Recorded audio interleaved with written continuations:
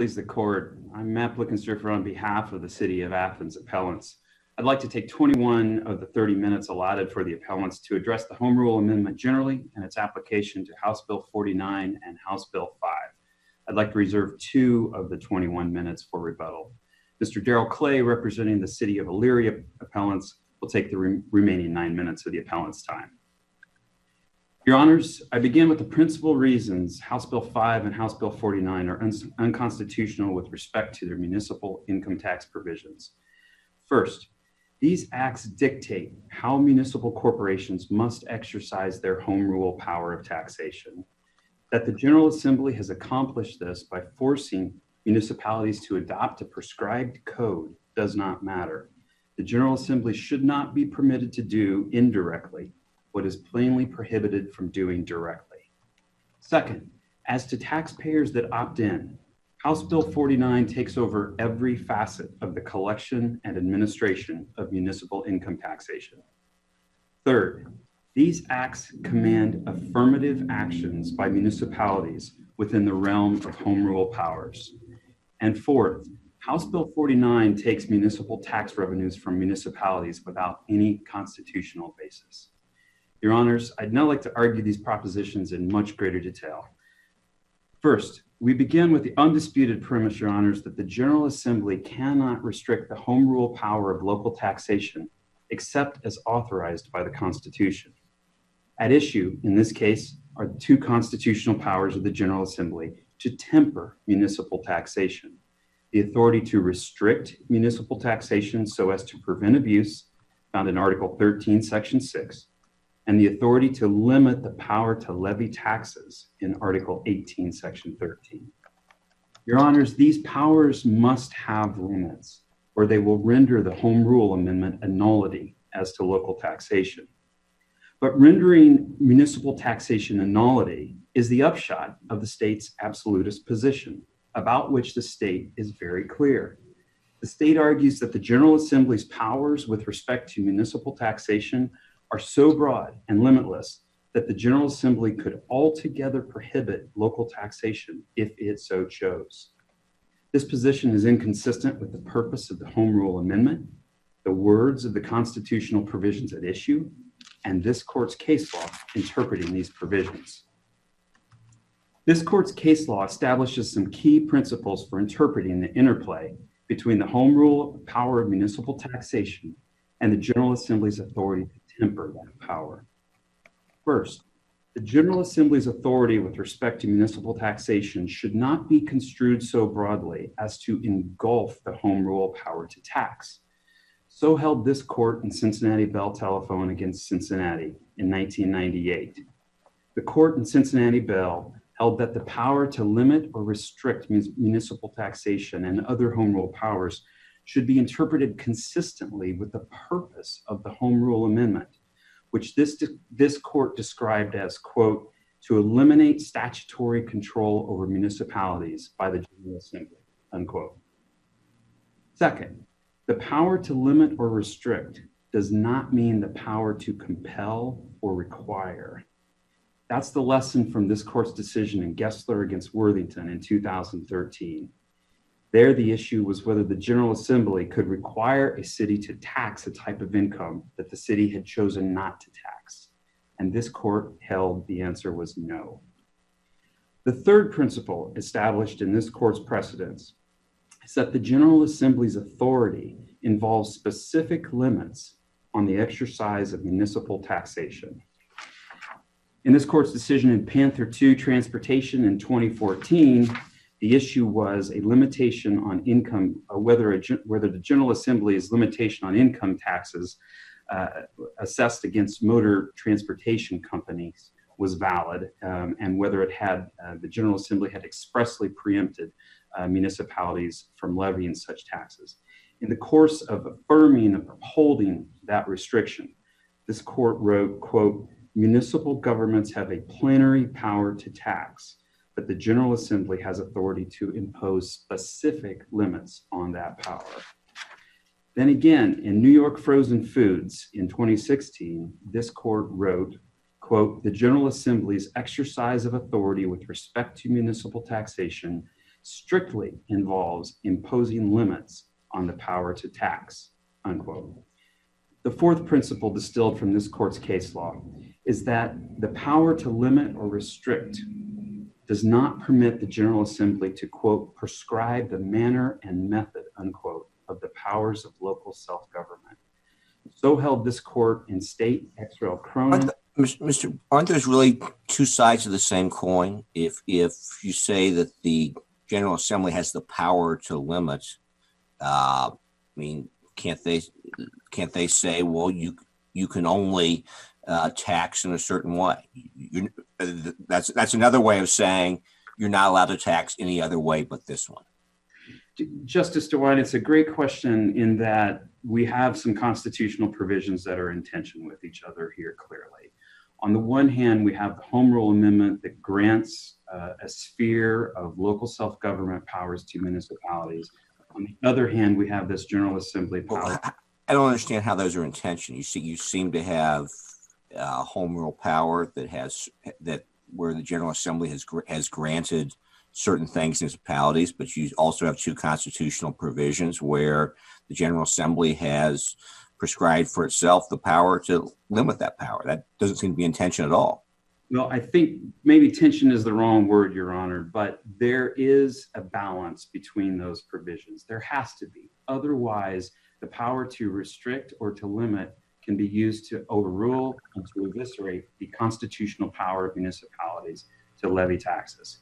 And Your Honor, the state's position is simply that the state could restrict or limit away the power of municipalities to tax altogether.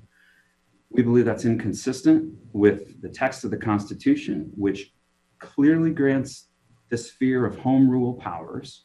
And we believe it's inconsistent with this court's precedents, which established in Cincinnati Bell most clearly that the words and the powers to restrict or to limit must be construed in a way so that they don't engulf the municipal power of taxation. Well, I mean, if we look at cases more contemporaneous to the enactment of the Home Rule Amendment, for example, the Rettinger case, which was 1922, that seems to suggest a pretty broad power of the General Assembly to limit the power of taxation, doesn't it? I agree that Rettinger has some language in it, Your Honor, that is hard to reconcile with this court's later precedents about the interplay of these provisions. However, what was at issue in Rettinger was a substantive limitation on the ability of municipalities of the type that the General Assembly has without constitutional challenge or having been upheld by this court, substantive limitations on the power of municipalities to tax. In Rettinger, the specific issue was the power of a municipality, Cincinnati, to charge utility assessments far in excess of the cost of what the city was providing for water service. And the city was transferring those excess assessments to the general fund of the city.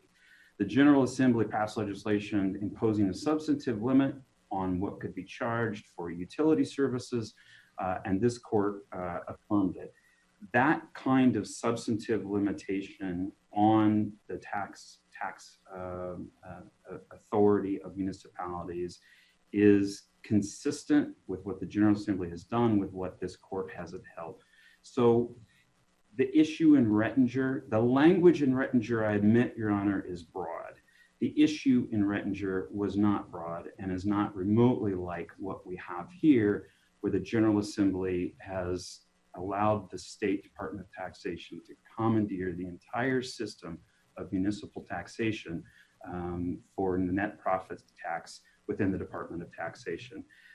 So the other thing I would say about Rettinger, Your Honor, is that it's just the broad language, which is probably dictum in that case, is not at all consistent with this court's later case law, interpreting the interplay of the Home Rule Amendment and the General Assembly's power to restrict or to levy. Cincinnati Bell makes that point very clear, Your Honor, where it says interpret these provisions consistent with the purpose of the Home Rule Amendment, which was to free municipalities from statutory control of the General Assembly. It also says interpret the words restrict or limit so as not to engulf the Home Rule power to tax. The fourth principle, Your Honors, that is distilled from this court's case law and is relevant today to this challenge is that the powers to restrict or limit do not permit the General Assembly to prescribe the manner and method of the exercise of the powers of local self-government. I mentioned the court adopted that principle in State Ex Rel. Cronin against Wald in 1971. And in that case, the issue was whether the General Assembly could dictate how municipalities approved debts. Now, it was debts rather than taxation, but it's highly relevant because Article 18, Section 13 addresses municipal taxation and municipal debt in the same sentence. That provision, one at issue, says laws may be passed to limit the power of municipalities to levy taxes and incur debts for local purposes. If the power to limit does not include the power to prescribe the manner and method for municipal debt, it does not include the power to prescribe the manner and method for municipal taxation either. Now, these four principles that we distill from this court's prior precedents. Counselor, let me ask a question. Does it really matter, the 5% fee notwithstanding, that the taxes are collected by the state or by the municipality or its collecting agency if the city or the village gets 100% of that tax revenue? Yes, it does, Justice Stewart. And there's a practical dimension to that, and then there's a constitutional dimension to that. Okay. I'll start with the latter because I think it's easier. The constitutional dimension is that, in our view, for the reasons we've articulated, the state simply isn't permitted to do that. It's not permitted to take over the machinery, the administration, and the enforcement. But does it take over? Doesn't it operate simultaneously with the city and villages? Well, it operates simultaneously to the extent that it's an opt-in system. So what happens in effect is some taxpayers are in the centralized state collection system. Other taxpayers remain in the municipalities system. So the legislation has made this more complex, if anything.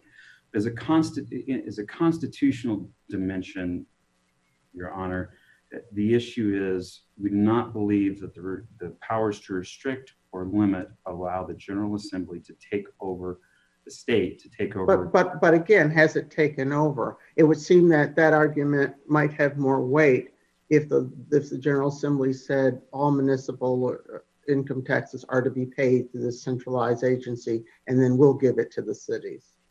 But it doesn't say that. It has taken over with respect to any taxpayers who opt in. So I acknowledge to you there is an opt-in aspect to the system, Justice Stewart. I suggest the opt-in nature of the system makes it even more constitutionally infirm than if it were mandatory in some respects, in the sense that the choice that the opt-in nature delegates to individual taxpayers how the municipal income tax system will work. Well, I'm sorry, go ahead. No, I don't mean to interrupt you, Justice. Well, I was going to say, what's your practical practical argument? The practical argument, which in our view is neither the practical arguments supporting us or against us are particularly relevant to the constitutional analysis in our view, but as a practical matter, the legislation is detrimental to municipalities because, as you pointed out, there is the 0.5% fee for the centralized collection system.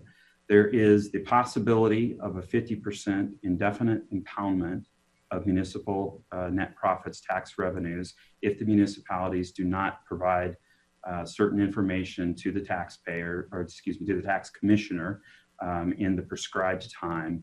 There's also a cash flow issue where municipalities are obtaining their municipal tax revenues not anywhere near in the same amount of time that they would if they were administering the collection themselves. There is also practical impact. So if the 0.5 or the 0.5% fee weren't there, you still say there are aspects of it that, for practical reasons, deprive municipalities of their tax revenue? Yes, there are, Justice Stewart, in the ways I've already mentioned, but also because the authority, all authority to decide issues about allocation among jurisdictions, about refunds, and about appeals are vested in the tax commissioner now for those taxpayers who have opted in. The municipalities have lost control over the enforcement of their own tax systems. And that not only has significance from from a constitutional perspective and from a system of government perspective, that has real financial considerations and effects as well. So from our perspective, how do we reconcile what the Constitution permits the General Assembly to do and the municipality's authority under home rule? How do we reconcile how much can and can't be done? Is there a bright line test for us to use here? I don't think there's a bright line, and there's going to necessarily be some gray developed in a case-by-case basis, Your Honor. But I would suggest that the court can write an opinion that establishes some tests and a framework that can guide this case and future cases. And that test is as follows, or that framework is as follows. First, the verbs restrict and limit are terms of proscription in their common ordinary understanding. They suggest that the power of home rule taxation can be tempered or curtailed. These words in their ordinary common understanding do not suggest that the home rule power of taxation can be eliminated or prohibited. They also do not suggest that the General Assembly can mandate anything within the realm of powers of local self-government or to require the exercise of these powers in a particular way. Again, these are words of proscription rather than prescription. So, Your Honor, would suggest that the framework or the rule for this case and future cases is that these powers allow the General Assembly to curtail or temper municipal taxation, but not to eliminate, prohibit, eviscerate it, and also not to make affirmative commands about the exercise of powers of local self-government. Because the making of affirmative commands about how municipalities can exercise their home rule power is antithetical to the notion of home rule power. So this is not particularly unique, is it? Aren't there other provisions within the revised code that the General Assembly has enacted to similarly say, for example, for the electric light taxation, that has to be administered centrally through the state?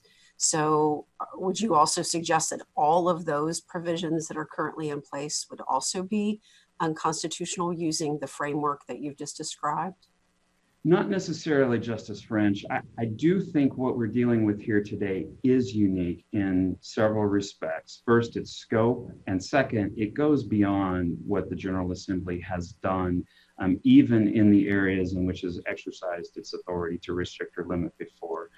For instance, municipalities have no seat at the table, have far less involvement, essentially none under House Bill 5 and House Bill 49 with respect to taxpayers who opt in terms of the administration, the enforcement, appeals in these issues.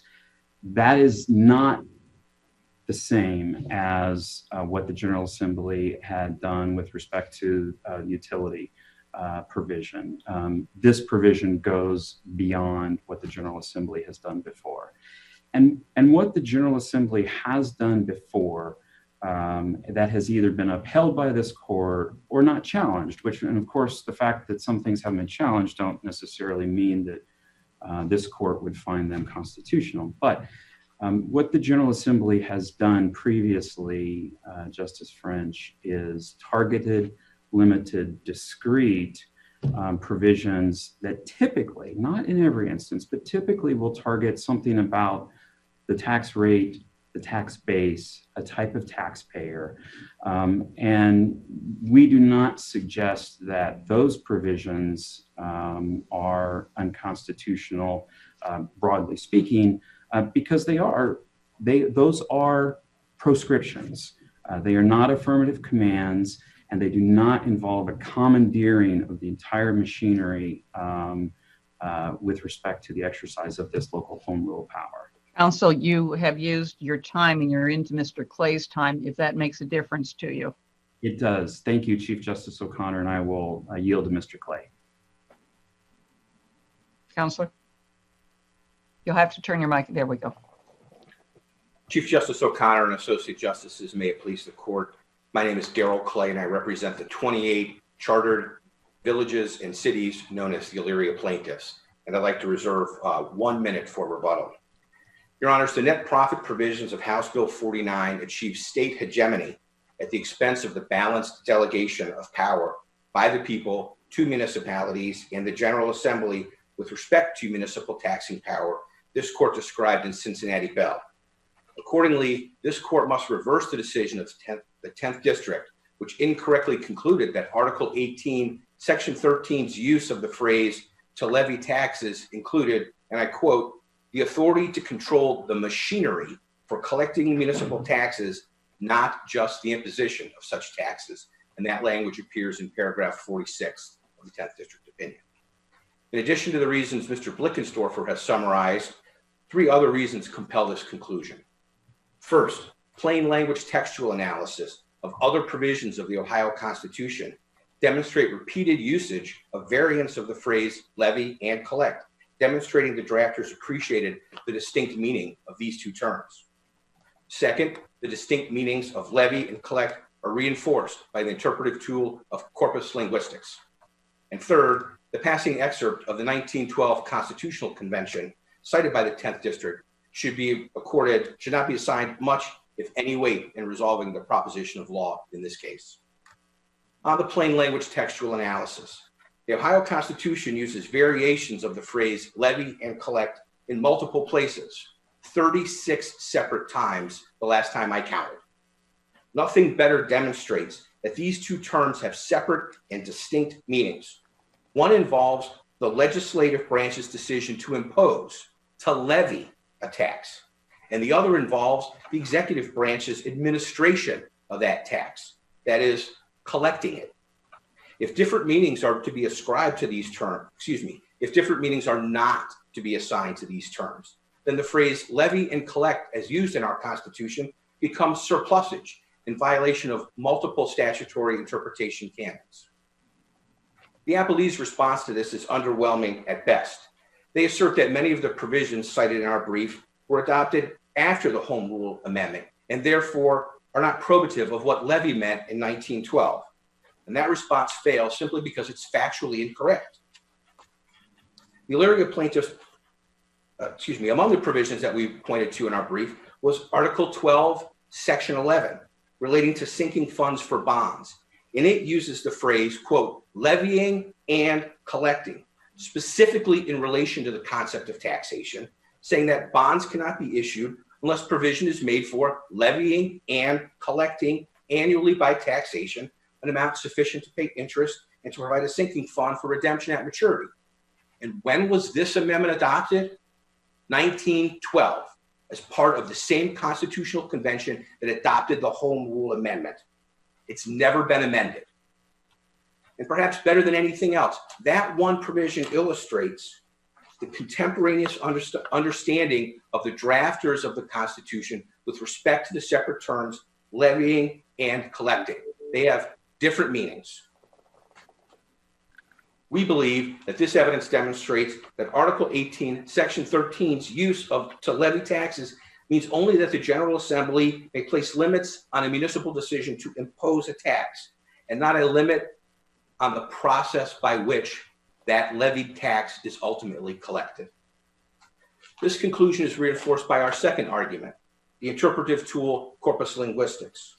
And although this court has not previously utilized that methodology, we believe it should do so in this case because it provides the court with an empirical basis to understand how words are actually used, either in common parlance or in specialized contexts, depending upon the corpus selected. Our brief referenced the court to three separate corpora: the corpora of U.S. Supreme Court decisions, the corpora of contemporary American English, and the corpora of historical American English, each of which demonstrate that to levy does not mean to collect a tax. They mean two separate and distinct things. The appellee's response to this was that corpus linguistics is not a useful tool. We think otherwise. It's certainly as useful as citing dictionaries or invoking statutory interpretive canons. And it's certainly more enlightful than our last point, which is the 10th District's excessive reliance on an excerpt from the 1912 Constitutional Convention, where delegates talked about the Home Rule Amendment and Article 18, Section 13's use. And they talked about this article giving the authority to control the machinery for collecting municipal taxes, not just the imposition. And as we noted in our brief, that exchange really does not represent a sense of the delegates as a whole. Right after the last phrase cited in the 10th District's opinion, another delegate, Delegate Pettit, rose in a point of order, which we all understand in parliamentary procedure has a specific meaning. He rose to a point of order to express that those two delegates were having a side conversation amongst themselves. And so we think that the cited provision of the 1912 Constitution, if anything, it falls into the category of legislative history that this court and the U.S. Supreme Court and other courts have said courts must be careful in guarding against relying on individual statements of legislators as opposed to materials that reflect the sense of the delegation or the convention as a whole. For those reasons, as well as those outlined by Mr. Blickenstorfer, we believe the court should reverse the decision of the 10th District and would save any time for rebuttal and share with Mr. Blickenstorfer. Thank you, Your Honors. Thank you very much. Mr. Flowers. Chief Justice O'Connor, and may it please the court, the laws at issue here will save businesses between $800 million and $1.6 billion annually by eliminating inefficiencies in the pre-existing balkanized system for collecting municipal net profit taxes. And so the question in this case boils down to this: does the state constitution bar the state government from pursuing a statewide solution to a statewide problem caused by municipal taxation? And the answer is no. Section 6 of Article 13 and Section 13 of Article 18 both allow for such solutions. HB 5 and HB 49 are such solutions, and the court should affirm the 10th District's decision saying so. I'd like to back up and look at what precisely this bill does. My friend on the other side suggested a rule that would ban the evisceration of the municipal taxing power, or would allow proscription but not prescription. Even under that test, these laws are perfectly constitutional. So what does the law do? As Justice Stewart alluded to in one question, this is not a usurpation of municipal net profit taxes. They still decide whether to impose a tax. They can still do so, and they'll still get the money. All this does is preempt municipal net profit taxes that are not set up to be administered and collected through a centralized system. And in that way, it's supported both by precedent from this court and by the text of the Constitution, and I'll try to take those in order. Beginning with the precedent. My friends on the other side point heavily to Cincinnati Bell, cases like Panther 2, but those cases actually favor us. Those cases make very clear that the General Assembly, if it wished to, could entirely preempt the collection of net profit taxes. Now, I want to be clear, this bill talks only about municipal net profit taxes, not about municipal taxes generally. So in that one area, I don't think there's any dispute. The General Assembly could say municipalities may not impose municipal net profit taxes. All this law does is preempt. It's a lesser move. So all it does is say you may not, those taxes are preempted unless the municipality agrees to administer them in the manner set forth by the bills here. That the ability to take that lesser step follows from the ability to take the greater step of altogether preempting municipal net profit taxes. Second, you heard some discussion that the power to limit the municipal power to levy is limited to laws that go to the imposition of taxes rather than collection. Well, this court's cases say otherwise. Just a few terms ago in New York Frozen Foods, the court recognized that the General Assembly can mandate that municipalities accept centralized tax returns from affiliated entities. That has nothing to do with the imposition of taxes. It's about the collection of taxes. Unless they're prepared to throw all of those laws out too, those have to stand. Second, you have cases like Franklin and Redinger, which Justice DeWine asked about. Those cases established that the General Assembly can rather limit the purposes to which a municipality may put its funds. Both said that if you tax certain public utilities, the taxes acquired have to be used in a certain way. That is, if anything, a greater intrusion on the local powers of local government than the bills here, because it's dictating what they can do with the funds they acquire through a tax, not the imposition of a tax, what they can do once it's acquired. And finally, there are cases like Bish and Malloy, which involved laws that dictated the processes that municipalities would have to go through before imposing or assessing a tax. Malloy in particular dealt with a law that said that in order to assess a tax against certain property owners, which is much like collection, the municipality would need a 2/3 vote from the city council. So we think all of those cases established the validity of these laws, but I know we also want to ground it in the text so we can move on to that. Let's look at what that text says. Section 6 imposes a duty on the General Assembly to restrict the municipal power of taxation so as to prevent abuse. Section 13 says that the General Assembly may limit the power of municipalities to levy taxes. Again, I think much of this case turns on whether to levy taxes, and the power in Section 6 is limited to laws governing the imposition of taxes rather than the collection and administration. And the text, when read in context, reveals that it's not. First, could you focus just on the Article 13, Section 6 language? The tail end of that phrase says, so as to prevent the abuse of such power. Do we have to look for abuse here? Or is that simply something that should inform us about why that provision is there at all? Several answers to that. The first question is, even if you were to look at abuse, we could establish that here, but I want to first address the first half of your question, which is, should the court must it look for signs of abuse? And the answer is no. As an initial matter, the abuse clause explains why the General Assembly is given this duty to restrict municipal taxing power, but it's not a limit on the power, and it's certainly not a judicially enforceable limit, and that follows for two reasons. First, this court said so way back in Walker v. Cincinnati, that it was not a judicially enforceable provision of the Constitution. Second, even if that case didn't exist, I, for one, cannot imagine a judicially administrable test that a court could apply to determine whether you're really getting at abuse or something else. Now, my friends on the other side suggest that abuse means something like illegal conduct. That can't be what it means. The General Assembly does not need a power to restrict municipalities' ability to tax illegally. What it's there for is to stop excessive, unfair taxation. And that brings me to why abuse would be established here, even if we were required to show it. The evidence at trial, the only evidence at trial, in fact, on filing costs, was that businesses annually in Ohio spend between $800 million and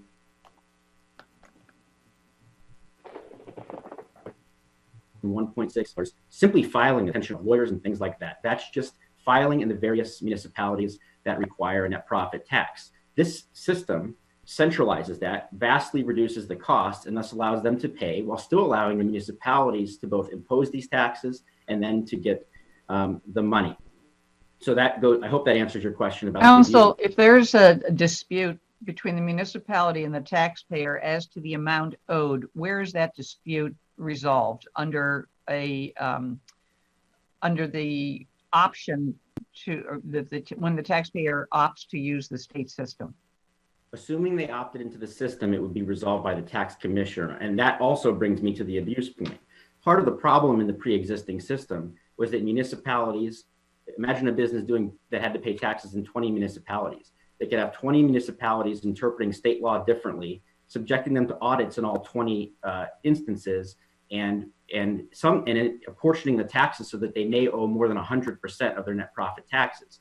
By centralizing that, it's designed, the system prevents that abuse that exists in the pre-existing system. So that's a feature, not a bug. And of course, the municipalities, if they are concerned, can seek a writ of mandamus. And what's more, Commissioner Testa testified in the preliminary hearing that in close calls, they would like to solicit the views of the municipalities. This system is not designed to harm municipalities. It's designed to make Ohio a more business-friendly climate so that companies can do business here without being weighted down by these inefficiencies that cause them to send hundreds of dollars to file taxes that may have a $0 return or a 50-cent return. That's what the evidence showed when the General Assembly looked into this. I would refer your honors to the amicus brief filed by the Society of Ohio CPAs and other groups that explain the problems that came with the pre-existing system. Now, if we go back to the text and look at the way in which levy and power of taxation is used, they're not used in a vacuum. Both refer to the municipal power of taxation or the municipal power to levy taxes. Now, if you're talking about a legislature, the power to levy may well, and sort of likely does, mean the power to impose the tax, because a legislature's ability is to make the law. But when you talk about a government, like a state or a municipality, and you talk about the power to levy taxes or the power of taxation, you're naturally speaking not only about the power to impose the tax, but the power to go out and get it. The power to impose it is not worth anything if the government does not have the ability to collect. So in that context, both levy and the power of taxation that the General Assembly has the ability to restrict and limit naturally includes the power to collect. Mr. Flowers, what gives the General Assembly the authority to charge the 0.5 or the 0.5% fee? These same provisions, and let me explain why. Again, the General Assembly has the power to limit or restrict the power over of municipal taxation or municipal power to levy taxes. And one way you would limit or restrict that is by telling the municipalities, you may impose the tax, but you have to bear some of the cost of actually collecting that tax. And so this— But they bear the cost with their own collection. Right. And if you're a centralized collection and the state did not have an administrative fee, the municipalities would have less disincentive to charge taxes that are not worth the collection amount, because they would have no skin in the game. So this restricts their power by ensuring— Could the state charge 50%? Let me first— I have two answers to that. The first is, I think it would be they could completely preempt the tax, so they may be able to do so. But more fundamentally, I don't think the court should go that far in this case. It suffices in this case to say that it's a limit or a restriction on taxing power when the fee is reasonably calculated to require the municipality to bear at least some of the cost of administering the tax. And we know this fee does that because the average RETA fee that the municipalities already pay to RETA is 1.53%. So that's 3 times the rate the state is charging here. But the municipality makes that choice to do that and utilize RETA. They're not given the option here. This is the state mandate. That is absolutely correct. But the reason the state can do it is because they're limiting or restricting the power by saying you may impose the tax, but if you do so, you will pay an administrative fee that's reasonably calculated to reimburse us for the cost of doing so.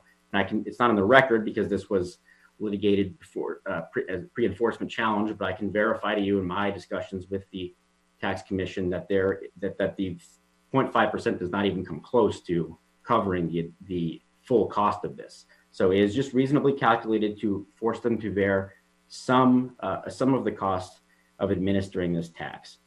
And where in the Constitution is that provision? It is, again, the limit and restrict provision. We limit their power or restrict their power by saying you may impose this tax only if you agree to do so through this system. And this is a limit.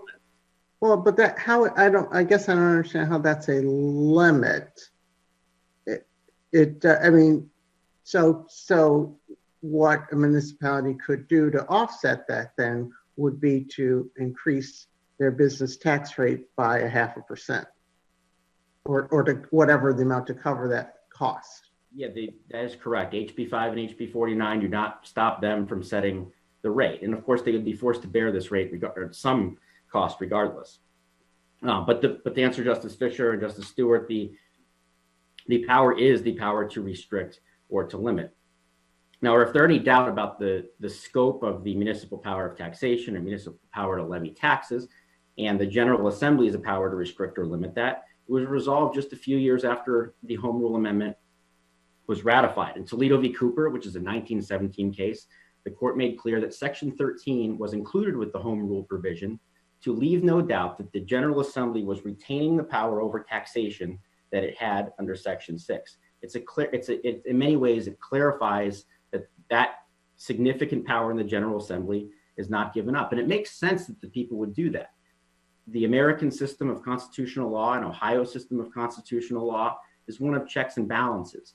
To give the General Assembly the significant powers they obtained in the Home Rule provisions, you would want to make sure there's some check on that, particularly in the context of taxation, which can have very grave statewide effects. So the General Assembly ensured that it had, or rather the people assured that the General Assembly would retain some power to check that, so as to prevent abuse, just as they had under the former system. There was some suggestion in my friend's argument that we're arguing for an absolute power, that we could completely abolish taxation. That, I will say, could present a more difficult question, because you could say that at some point the burdens on a municipality are so great that they cannot exercise any power of local self-government because they cannot obtain any money. That would be a difficult case, and I'm not prepared to answer it one way or the other here without briefing, but it's key to recognize that this is not that case. The only tax this law governs is the municipal net profit tax. The challenges here, I think, fall into three buckets. There was the sort of an overarching challenge to HB 5 and HB 49 that really makes no attempt to pick out which provisions are actually problematic. That's concerning because many parts of HB 5 are clearly not problematic. 718.052 of the revised code allows deployed National Guardsmen to delay the filing of their municipal taxes. 718.13 prohibits municipal officials from accessing tax information for improper reasons. There's not really a challenge here, but I take my friends to be arguing that HB 5 and 49 should fall altogether, which is, and if that's not their argument, they haven't, at least in this court, explained what they think the proper remedy should be. So there's that centralized challenge. There's also a challenge to the administrative fee, which we've addressed, and then the information sharing provision. The information sharing provision says that the state will withhold 50% of the funds until they come into compliance. My friends on the other side suggest that it's an indefinite withholding of funds. That's not true. First of all, the word withhold naturally suggests you're not going to keep the money forever, but only until they come into compliance. And second, the law itself makes clear that it will be kept until they come into compliance. That is also what the testimony in the preliminary injunction hearing showed the commission will actually do. So there isn't no indefinite withholding, and the real challenge is to the obligation to share this information with the tax commissioner. But the power to create the centralized system implies the power to get the information necessary to actually operate the system. And they can't operate the system if they don't know the municipality's tax rates, whether the taxpayer may be entitled to some credit, and so on. I want to briefly— What is your response to the cash flow argument made by your colleagues on the other side? I'm sorry, I missed the what argument? The cash flow. So I think it does disrupt cash flow relative to the system before, in that the tax commission collects it. At the end of the month, the money is given to OBM, and then by the 5th day of the month, OBM transfers it to the municipality. But when the law, now that it's in effect, municipalities can factor that timing into their cash flow decisions. So there's, you're never going to have 100% of the money at exactly the moment you've liked it. This requires some advanced planning, but they'll know who's in the system because the state has to share that information with them. So I think while it delays cash flow, it doesn't do so in a way that's likely to harm municipalities in the long run. They have not introduced any evidence that it would. And more fundamentally, even if it would, the municipality, or rather the General Assembly, has the power to do that because it can create the centralized system. In the state, the courts don't, examine each clause to decide whether it maybe could have done better. They have broad authority over over this issue. I'm happy to answer questions on anything else. I know this argument's already going quite long, but if there are no further questions, I'm prepared to yield the remainder of my time, and we would ask that you affirm the judgment of the 10th District. Thank you. All right, gentlemen, you have 2 minutes and 39 seconds. How do you want to divvy that up? You'll need, yeah. Chief Justice O'Connor, I'll go first and try to use only about half of that and then yield the balance to Mr. Clay. All right. Just a few quick points, Your Honor, in response to Mr. Flowers' argument. First of all, we know from this court's precedents and from the state's arguments that certainly the state believes that the power to limit or restrict includes substantive limitations, potentially substantive limitations that eliminate certain types of taxation, or possibility was held open that elimination of municipal taxation altogether is a close call. Second, we know the state's position in this case is that it is okay for the state to take over the entire machine. To your point about the state's argument that it includes the power to eliminate certain types of taxation. I mean, hasn't this court made that very clear that it does include that power in the Cincinnati Bell case if the General Assembly does so explicitly? Yes, Your Honor, it certainly, and we concede that the power to restrict or limit does include at least some ability to make substantive restrictions or limitations on the municipal tax power. That we believe is the proper scope. So we know that's within the power. According to the state's position today, and in its briefs, also within that power is the power to take over the machinery and the collection and the appeals process and the refund process and all the procedural aspects of local taxation. We also know from the state's arguments today that the state can charge a fee for the privilege of doing that on behalf of the municipalities, a fee of who knows how much percentage. So we've got substance. We do know how much percentage they've charged here, though, right? I mean, and what's the difference between charging an administrative fee than if the state, for example, had said we're going to tack on an extra 0.5%, 0.05% to the tax? Well, the state, in our view, Your Honor, would not be authorized to tell the municipalities to add something to. Well, they could certainly impose their own tax. I mean, what's the functional difference between doing that? The functional and they could certainly take money away from municipalities. So what's the difference between that kind of scheme and this one? Because it's an incursion on the home rule power, Your Honor, which if the home rule power includes taxation, it must include the power to collect and retain those taxes as well. The localities have a sphere of home rule power that's acknowledged. I think it's undisputed. And to take money out of the use of that sphere of home rule power is an incursion by the state on that power. And we don't believe there's any constitutional authority that allows them to do that. And to conclude, Your Honor, because I see we're out of time, the state's position has no bounds as to what a restriction or limitation may be. It includes substance, it includes the procedure, and includes the ability to extract revenues from the municipalities. These provisions must have limits, Your Honors. Thank you. Mr. Clay, I'll give you 30 seconds.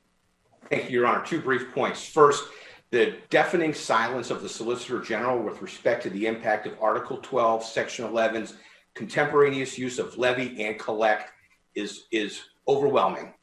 This court needs to look deeply at that issue and in trying to understand the meaning of levy as used in Article 18, Section 13. Second, the Solicitor General talked with you about the record evidence with respect to costs of collection of municipal income tax. He indicated the only evidence was that it costs $800 million a year. I would urge this court to carefully examine the testimony provided by Rita's Director of Operations, Robert Meeker, who cast great doubt upon the accuracy and reliability of those costs of collection calculations prepared by Deputy Commissioner Cruz. As he pointed out, among other things, it assumes that tax preparers add an additional charge for every single tax return that a municipal net profit taxpayer files. There's no evidence of that. Second of all, it ignores the existence of RETA, which represents almost 1/2 of all municipal taxing jurisdictions. You don't have to file multiple tax returns with RETA. You file one tax return with an apportionment schedule. Thank you. So, thank you, Your Honors. Thank you, gentlemen. We'll take the matter under advisement and you'll be notified of our decision.